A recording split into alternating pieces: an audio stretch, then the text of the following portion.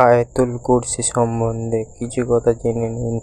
এটি কোরআনের সবচেয়ে বড় আয়াত, আর তার ভেতরে এমন রহস্য ছিল যে শয়তান আর জিনও মানতে বাধ্য রয়েছে।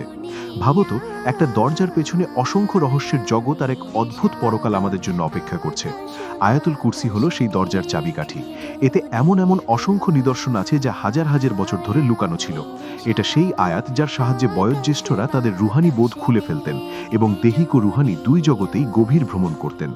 হ্যাঁ, আজ আপনি দেখবেন কেন জাদুকর জিন আর শয়তান আয়াতুল কুরসিকে এত ভয় পায়, আর তার ভেতরে থাকা গোপন রহস্য জানবেন।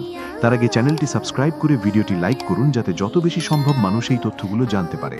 তাহলে চলুন এই রহস্যময় যাত্রা শুরু করা যাক। আউযু বিল্লাহি মিনাশ শাইতানির রাজিম। বিসমিল্লাহির রহমানির রহিম।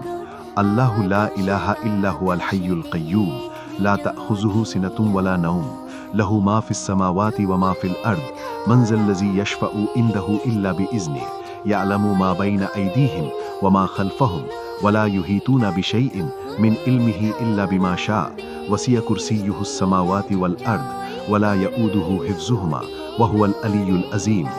আয়াতুল কুরসি সূরা আল বাকারা এর আয়াত নম্বর 255, আর এতে 9টা বাক্য আছে। এক হাদিসে নবী সাল্লাল্লাহু আলাইহি ওয়াসাল্লাম বলেছেন, এই আয়াতে ইসমে আজম আছে। আপনি কি জানেন ইসমে আজম কি?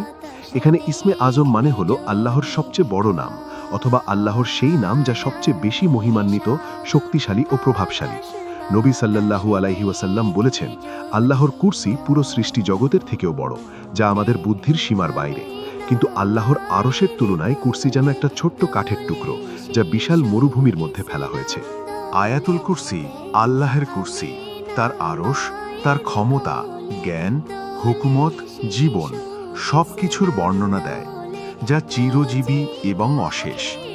এই আয়াতটি সবচেয়ে মহিমান্বিত হিসেবে ধরা হয়। যদি আমরা দেখতে পারতাম গায়েবের জগতে আয়াতুল কুরসি পড়ার সময় কি হয়, তবে আমাদের হৃদয় কাঁপত এবং আমরা তা সহ্য করতাম না। নবী সাল্লাল্লাহু আলাইহি ওয়াসাল্লামের অনেক আকর্ষণীয় হাদিসে আছে যা বলে যে আয়াতুল কুরসি অন্যান্য আয়াত থেকে অনেক বেশি আলাদা। হযরত আবু হুরায়রা রাদিয়াল্লাহু তাআলা আনহু বলেছেন, রাসূলুল্লাহ সাল্লাল্লাহু আলাইহি ওয়াসাল্লাম আমাকে রমজান মাসে যাকাতের খেজুর পাহারা দেওয়ার দায়িত্ব দেন। রাতে পাহারা দেওয়ার সময় তিনি দেখলেন একজন অজানা আগন্তুক চুপি চুপি এসে খেজুর থেকে নিতে শুরু করেছে। তিনি তাকে ধরে ফেললেন এবং বললেন যে তাকে অবশ্যই রাসূলুল্লাহ সাল্লাল্লাহু আলাইহি ওয়াসাল্লামের কাছে নিয়ে যাবেন। তখন লোকটি অত্যন্ত অসহায়ের মতো বলল যে সে খুব গরিব, তার পরিবার আছে এবং তারা ক্ষুধার্ত। তার এই করুণ অবস্থা দেখে আবু হুরায়রা দয়া করে তাকে ছেড়ে দিলেন। সকালে তিনি রাসূলুল্লাহ সাল্লাল্লাহু আলাইহি ওয়াসাল্লামের কাছে গেলে নবীজি তাকে জিজ্ঞাসা করলেন, হে আবু হুরায়রা, গত রাতের বন্দির কি খবর? তিনি সব ঘটনা বললেন। তখন নবীজি বললেন, সে তোমাকে মিথ্যা বলেছে, সে আবার আসবে। দ্বিতীয় রাতে আবার সেই জিন এসে হাজির হলো, যেমন নবী সাল্লাল্লাহু আলাইহি ওয়াসাল্লাম বলেছিলেন।